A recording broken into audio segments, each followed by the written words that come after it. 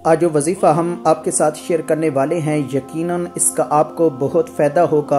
ये वजीफ़ा है अगर किसी शख्स का मैदा बहुत ज़्यादा कमज़ोर हो तो याद रखें, अगर किसी शख्स का मैदा बहुत ज़्यादा कमज़ोर हो तो सूरतुल कद्र को 11 मरतबा पढ़कर पानी पर दम करें और मरीज़ को पिलाएं। दिन में 3 मरतबा ये दम किया हुआ पानी पिलाएं। इसी तरह 7 दिन तक ये अमल करने से इंशाअल्लाह अल्लाह ताला के करम से मैदे की जो कमज़ोरी है वो दूर हो जाएगी।